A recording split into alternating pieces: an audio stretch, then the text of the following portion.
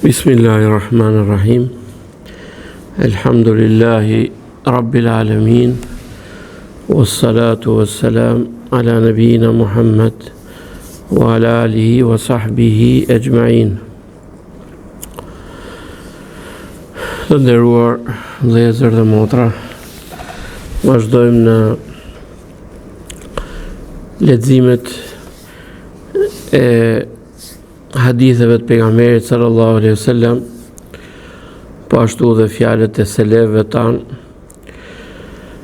në lidhje me edukatën islame, të cilët i ka mbledhur prisi besimtarëve në hadith Imam Buhariu, Allahu më mëshiroft. Jemi këtë tema e 42 të librit, ku thot Imam Buhariu në temën e tij, dhe tematika e Imam Buhariut është shumë e dobishme, dhe temat që ai zgjedh t'i japin dituri dhe ta zgjerojnë horizontin tënd. Disa prej temave janë në përputhje të plot me hadithet që vinë, kurse disa janë në kuptimin e saj, disa janë në gjysmën dhe në tjetër, dhe tematika që zgjedh Imam Buhariu tregon kuptimin e tij të thellë të fesë islame. Wa alaikum salam wa rahmatullah. Tema e sotshme: men ala thalatha akhawatin. Kush kujdeset për 3 motra. Dhe ka sjell hadithi, imi të hadithi 79, ka sjell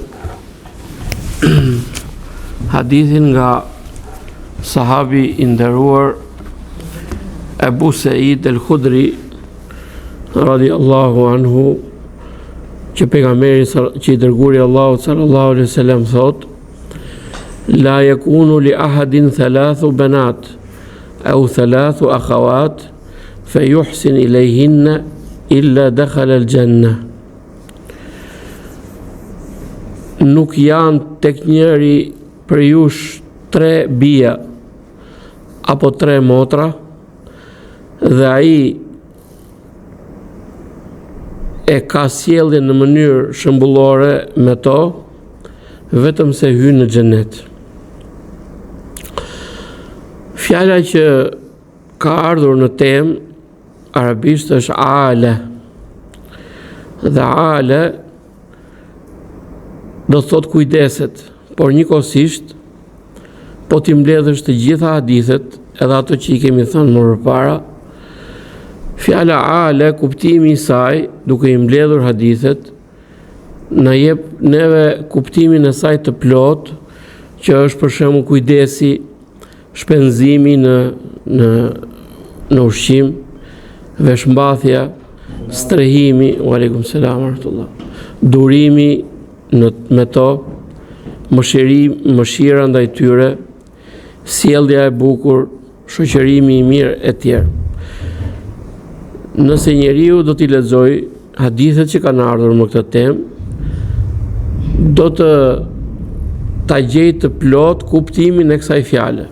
Për nëse njeriu e plotson këtë kujdes në këtë formë që e thamë ne, me këto veprime, atëherë shpërblimi i këtij personi është xheneti.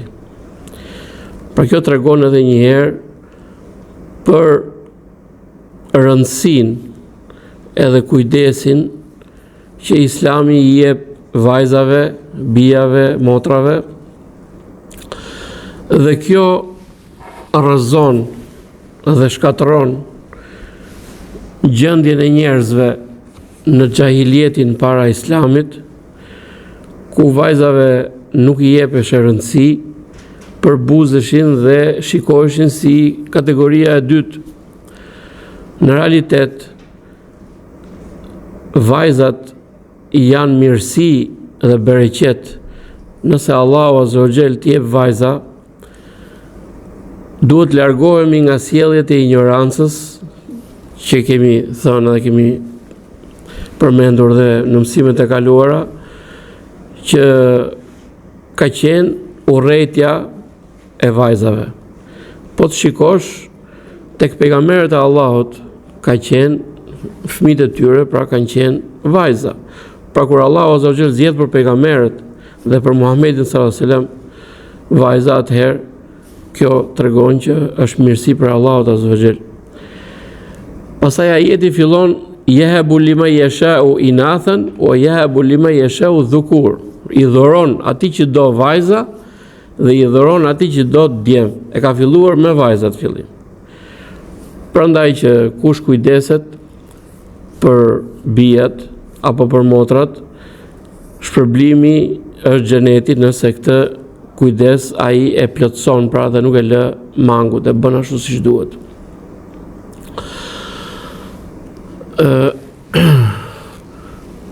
Këtu për motrat mundet që kjo të vi kur babai ka ndruar jetë ose nuk është më me familjen, atëherë i bie përgjegjësia vllait që të kujdeset pra në këtë rast.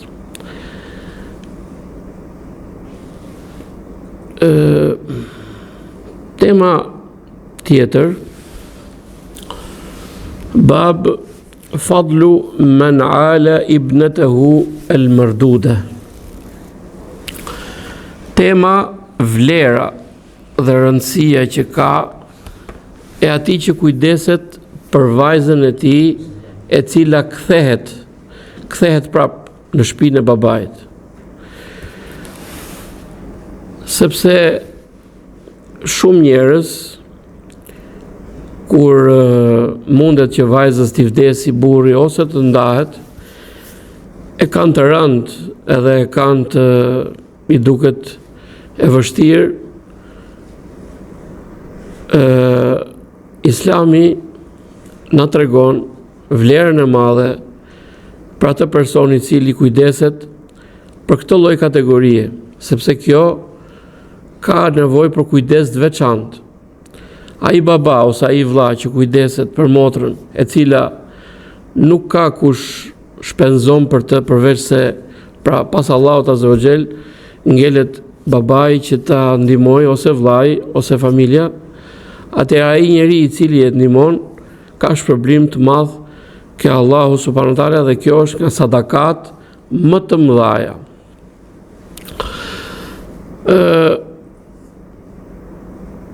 Nga pejgamberi sallallahu alaihi wasallam i thot Suraka ibn Jushum radiallahu anhu, ose siç njihet Suraka ibn Malik.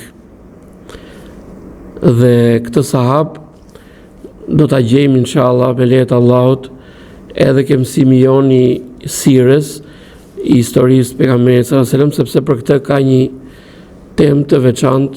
Historia e tij është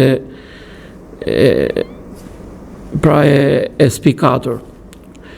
Dhe ky sahab pra i nderuar Suraka ibn Malik, ose siç ka ardhur këtu Suraka ibn Jushum, që është emri i gjyshit, ndonjëherë vihet emri i gjyshit, ndonjëherë emri i babës në këtë emër. I thot pejgamberi sallallahu këtij sahabi: "Ela adulluka ala a'zami sadaqa?" A të tregoj ty për më të madhen sadaka, e u min a'zami sadaka, ose prej më të madhe sadaka? Thot, bela ja Rasulullah, pa dyshim që po, o i dërguari i Allahut. Qala ibnatuka mardudatun ilayk, laysa laha kasibun ghayruk. Vajza jote e kthyer mbrapsht tek ti, e cila nuk ka kush të shpenzoj tjetër përveç teje. Pra kjo tregon për rëndësinë që ka kujdesi ndaj kësaj kategorie. Pra ne tham kujdesi ndaj vajzave, kujdesi ndaj motrave, dhe kjo ngel kjo lloj kategorie e cila ka obligim babai ose vllai, familjarët pra të kujdesen dhe të kenë ta shikojnë pra me se u ndërpre kjo mësimi. Ta shikojnë pra këtë vajzë dhe të kujdesen dhe të mundohen që të mos e prekit ndjenjat që pëson, sepse me të vërtet kur kthehet ajo ndjet e pikëlluar, e mërzitur, dhe një gjysmë fjale, jo një fjalë, po një gjysmë fjale, ata e rëndon më shumë se një njeri tjetër. Prandaj kjo është nga sadakat më të mëdhaja. Megjithëse këtu në zinxhirin e transmetimit ka diçka që nuk e bën këtë zinxhir të jetë i saktë, por kuptimi i saj është në përputhje me argumentet e tjera dhe po ashtu edhe me argumentin që do vi më poshtë, sepse gjithsesi vajza e kthyer hyn në grupin, në pjesën e vajzave të tua ose fëmijëve të tu, kështu që kuptimi është brenda kësaj.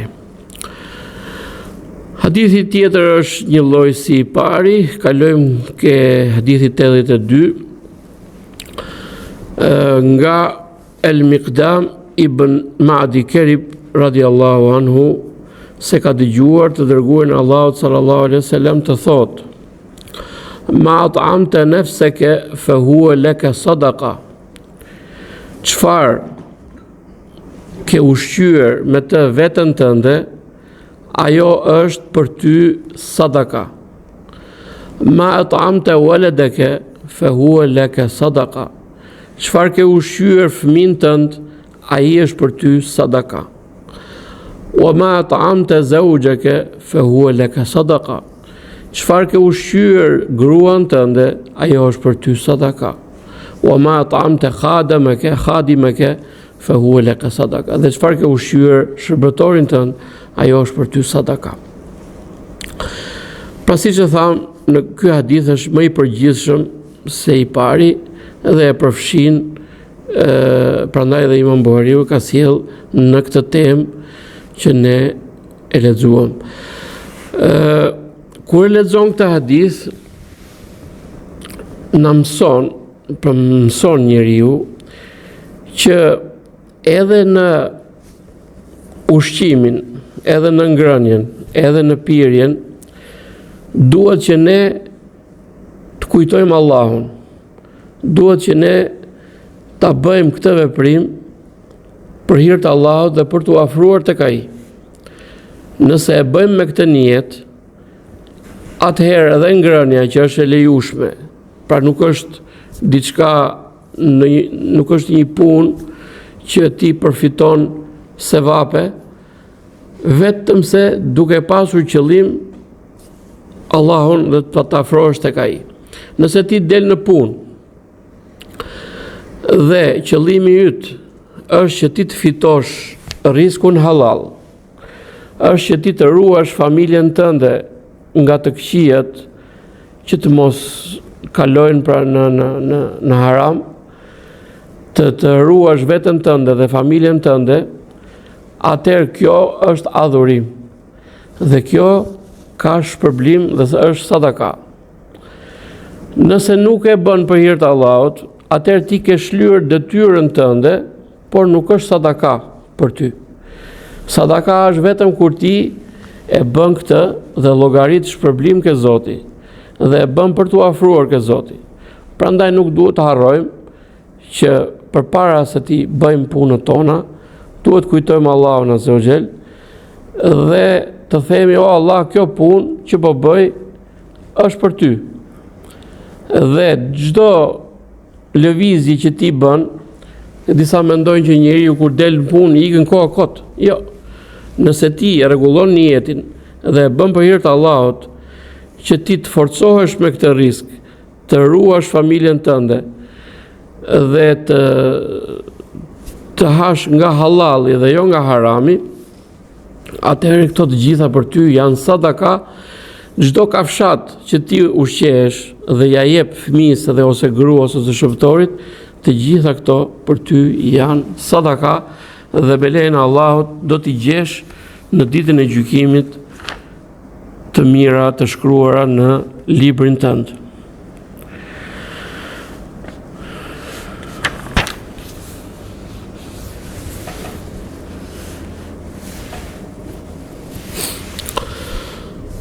Pastaj vjen tema e 44,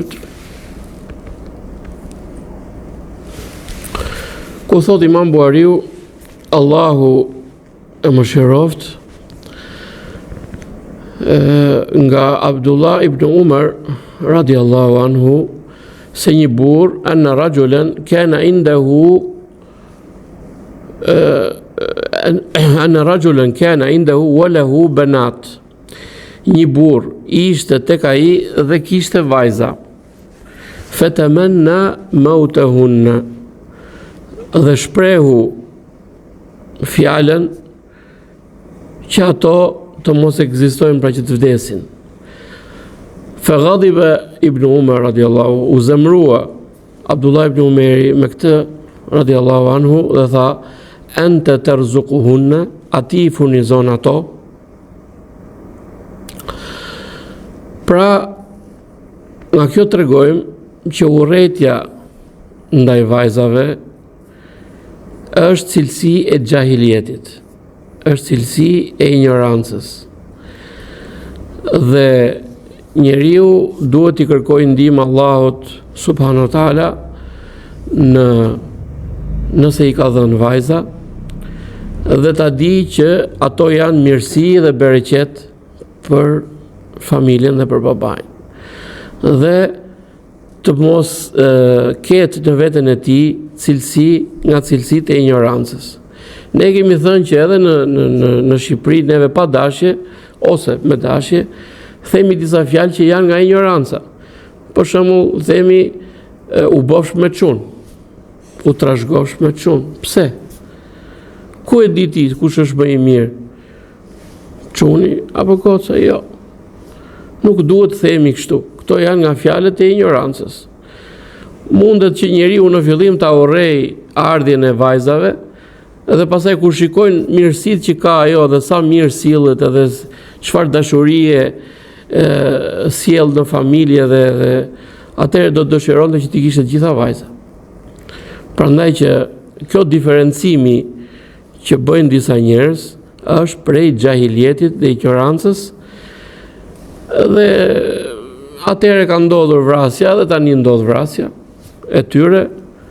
Prandaj që Islami e lufton ignorancën dhe i fton njerëzit që të mësojnë dhe të jenë të edukuar dhe të kënaqen me caktimin e Allahut subhanahu wa taala, të tregohen të durueshëm dhe të afrohen nga Allahu azza wa jall me punën e tyre dhe të mos bëhen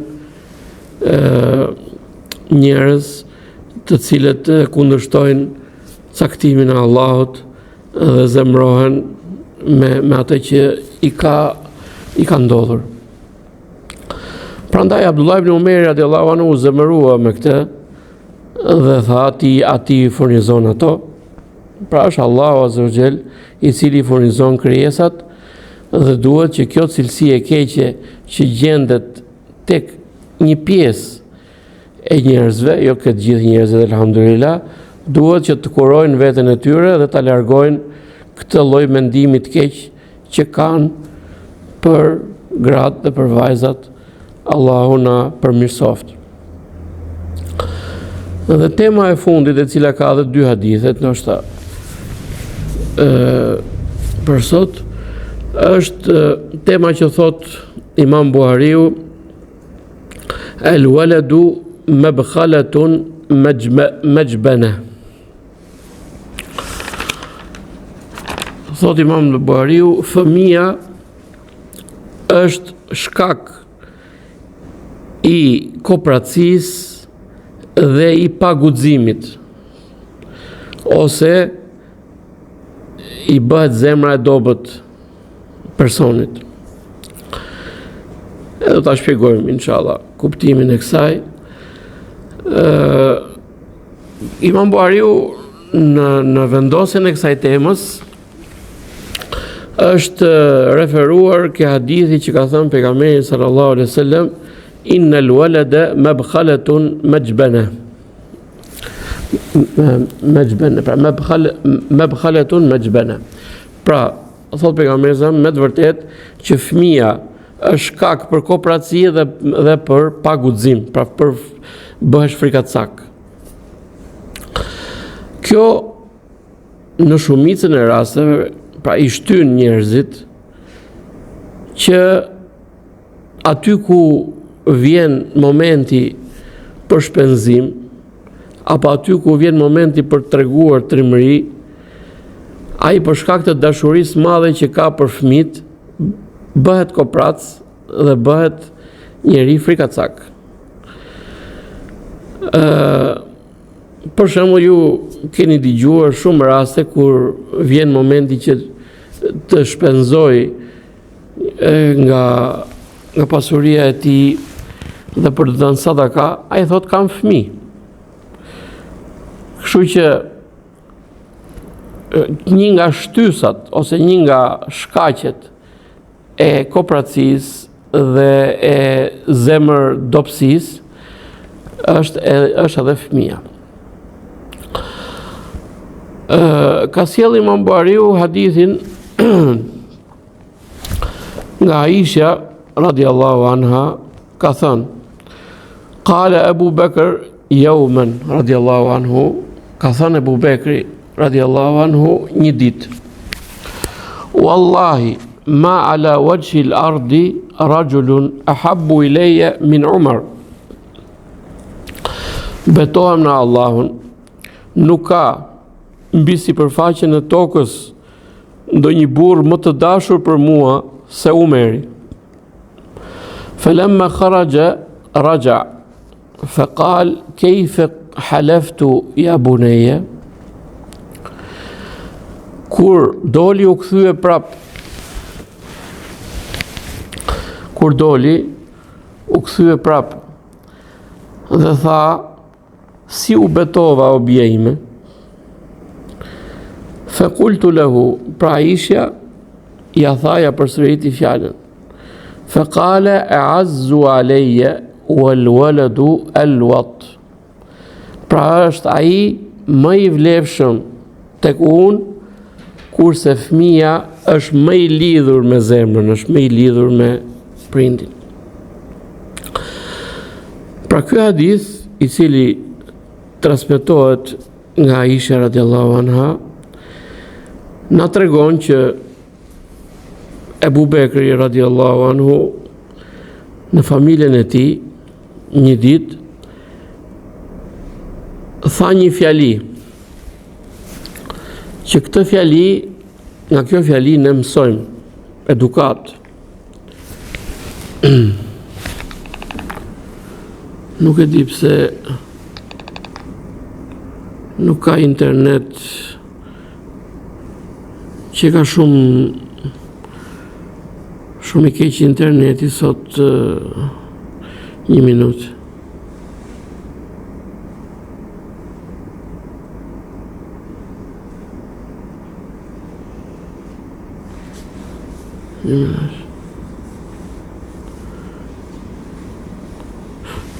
Po.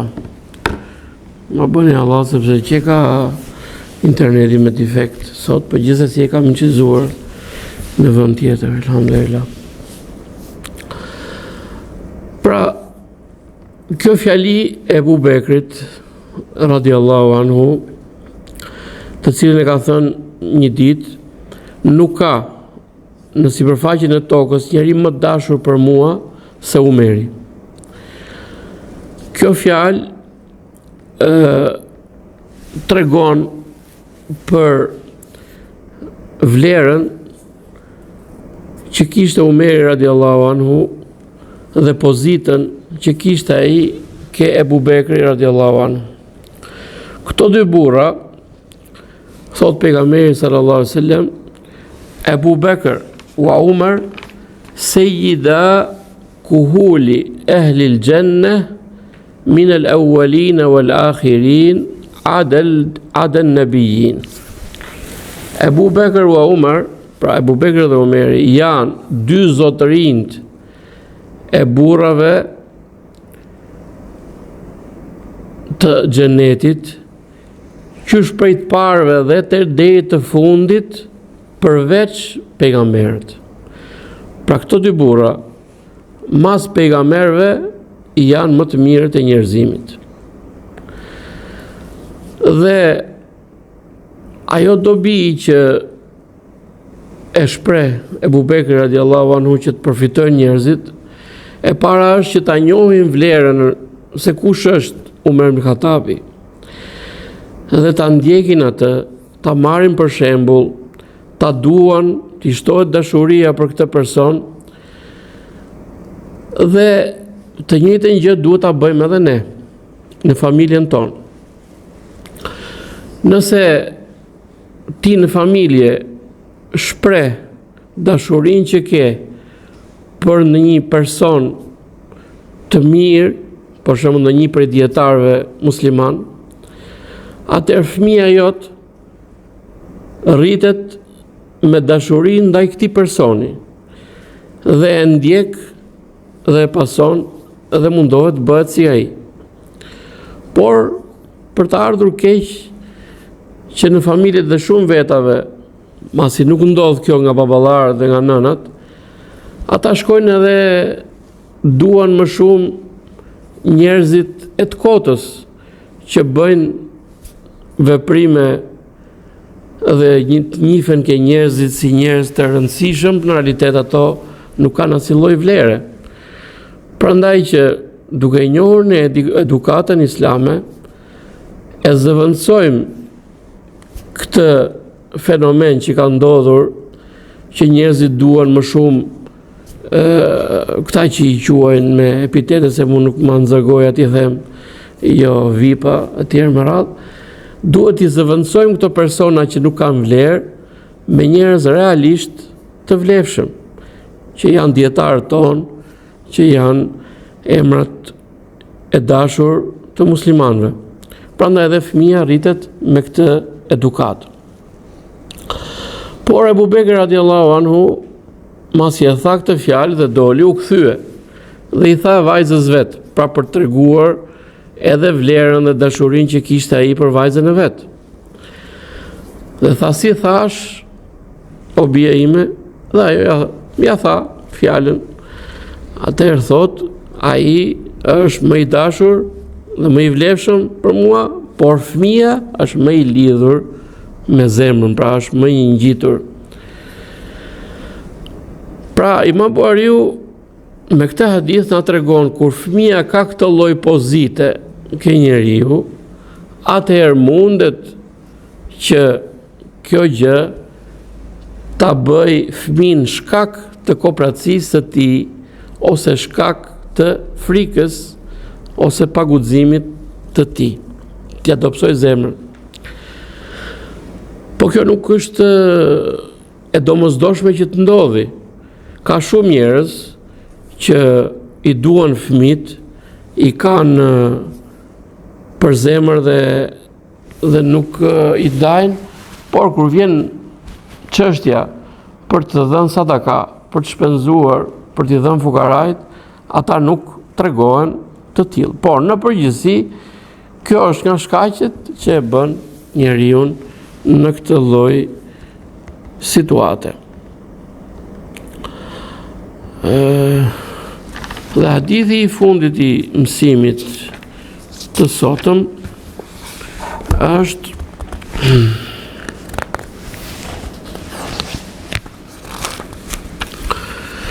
hadithi nga Ibn Ebi Nom, ka thënë, kuntu shahiden Ibn Umar radiallahu anhu, thot, isha dëshmitar tek Abdullah ibn Umeri radiallahu anhu, idh sa'alahu rajulun an damil ba'udha, kur një burr e pyeti atë për gjakun e mushkonjës.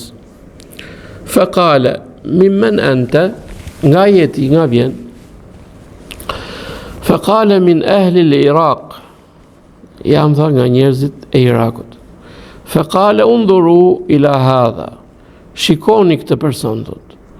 Yes'aluni an damil ba'udha, më pyet mua për gjakun e mushkonjës. Wa qad qatalu ibn an-nabi sallallahu alaihi wasallam, dhe ata vranë të birin e pejgamberit sallallahu alaihi wasallam. Sami'tu an-nabi sallallahu alaihi wasallam yaqul, kam dëgjuar pejgamberin sallallahu alaihi wasallam të thot, huma rajhanati min ad-dunya. Ata të dy janë erë mirët e mi prej dynjas. Pra, aromatikët, erët, ato që vinë erë të mirë për mua, bimët aromatike, quhet rajhane. Ata të dy, thota, pra Hasani dhe Huseini, janë erë mirët e mi prej dynjas. Tani, që përfitojmë nga ky hadith? Jam shumë i zgënjur me internetin sot, se është shkëputur një 5 herë, po gjithsesi e kemi incizuar në vend tjetër dhe e dëgjojmë të incizuar inshallah. Atëre thot Ibn Abi Nu'm, isha dëshmitar tek Abdullah ibn Umar radiallahu anhu, dhe vinë njerëzi për ta pyetur. Dhe një nga ato që e pyet është një person e cili i pyet për gjakun e mushkonjës. Pra njeriu mund të pyesi për gjërat e imta, por nëse ai lë gjërat e mëdhaja, kjo nuk është diçka e mirë. Pra ka njerëz që bëjnë pyetje për gjërat e imta dhe në realitet janë të mangët tek gjërat e mëdha. Prandaj që ti mund të bësh pyetje për gjërat e imta, por kur je i plotësuar, i ke bërë të gjitha ato që duhen. Ama disa njerëz që tregon që nuk kanë mangësi, pra shkojnë edhe bëjnë pyetje të tilla dhe lëjnë pa pyetur gjërat e mëdhaja që i ndodhin atyre. Dhe i thot nga jeti, pra ai personi që jep përgjigje e pyet tjetrin për ta ditur se nga vjen, sepse ndoshta një vend që mund të jetë vendi që mund të ketë ndodhur fitna dhe trazira, mundet ky të përcjelli si individ, të përcjelli trazirat dhe të mbarti trazirat që ka jetuar në vendin e tij. Dhe pasi i thot nga është, atëherë ky i mëson njerëzit, Abdullah ibn Umar radiallahu anhu, dhe ja devijon pyetjen, nuk i jep përgjigje për atë, por i jep diçka që ati i bën dobi dhe diçka që është e rëndësishme për të. Dhe thot undhuru ila hadha, shikoni, thot të person që më bën mua këtë pyetje, dhe ndërkohë që në vendin e tij ka ndodhur kjo ngjarje ku ata kanë vrarë të birin e pejgamberit sallallahu alaihi wasallam. Kishte fjalën për Huseinin. Dhe në një pjesë njerëzish, të cilët sidomos kur janë të rinë mosh, janë pa përvojë, pa dije, ndodhin këto lloj fenomenesh që shkojnë edhe bëjnë disa gjëra që i shikon që në disa synete janë shumë preciz, janë shumë të kapur dhe nuk i lëshojnë, i bëjnë për herë ato, por në realitet kanë lënë mangut obligime dhe obligime të mëdhaja fetare. Pra kjo tregon për mungesën e dijes, për mungesën e logjikës të këtyre njerëzve që shkojnë derisa bëjnë tekfir muslimanët, shkojnë derisa vrasin muslimanët, dhe derdhin gjakun e tyre dhe pastaj vinë dhe bëjnë pyetje të tilla të cilat nuk reflektojnë dituri, nuk na tregojnë ne që këta persona kanë kuptuar fen ashtu si duhet. Dhe Abdullah ibn Umar radiallahu anhu i dha përgjigje për të kuptuar edhe njerëzit mënyrën se çfarë duhet të mësojnë prej fesë dhe të mësojnë obligimet edhe pastaj pra të mësojnë ato që janë më të rëndësishme pastaj me radhë. Dhe thot këtu kam dëgjuar pejgamberin sallallahu alaihi wasallam të thot huma raihanati min ad-dunya. Ata të dy, pra Hasan dhe Huseini, janë ato erëmirët e mi nga dynjaja. Normalisht çdo prind me fëmin e tij e përqafon, e puth, i mban erë të gjitha këto dhe pejgamberi sallallahu alaihi wasallam e bënte këtë veprim dhe fëmia, era e fëmis nuk krahasohet tek prindi me çfarë do lloj parfumi dhe me çfarë do lloj ere në këtë dynja. Prandaj këto të dy ishin të dashur për pejgamberin sallallahu alaihi wasallam si gjysh që ishte dhe vjen situata që këta persona nuk e shikojnë këtë ngjarje, pra të cilën e vepruan, nuk e shikojnë si diçka të madhe dhe kjo tregon që këta kanë rënë në trazira dhe në fitne, Allahu na ruaj. Kjo fjala e Imam Buhariut, pra shkaku i sjelljes së këtij hadithi është që duke qenë fëmia në këtë lloj pozite ke njeriu, atëherë është shumë e fortë lidhja mes prindit dhe fëmisë, që kjo mund të bëhet shkak që prindi të bëhet koprac dhe të bëhet frikacak në lidhje me dashurinë që ka për fëmin, por siç e tham, kjo nuk është në të gjitha rastet, ka shumë njerëz të cilët nuk janë të tillë, por imami e ka sjell në këtë temë dhe na mëson ne këtë hadith dhe këto hadithe pra të cilat na mësojnë islamin ashtu siç duhet të jetë, se siç e kanë kuptuar sahabët e nderuar radiallahu anhum. Ndonjëherë mundet që duke ardhur hadithi edhe brenda tij ka disa tema, mundet që të lodheni pak, gjithsesi një hadith mund të vinë në mund të përsëritet disa herë. Kështu që kjo që tham, domethënë për këtë trazirat pra që ndodhen, mundet që të përsëriten edhe në tema të tjera dhe do ta kemi akoma më të qartë situatën e kësaj ngjarje për të përfituar akoma më shumë. Allahu është shpërblet me të mira. Subhanakallahumma wa bihamdik, ashhadu an la ilaha illa anta, astaghfiruka wa atubu ilaik.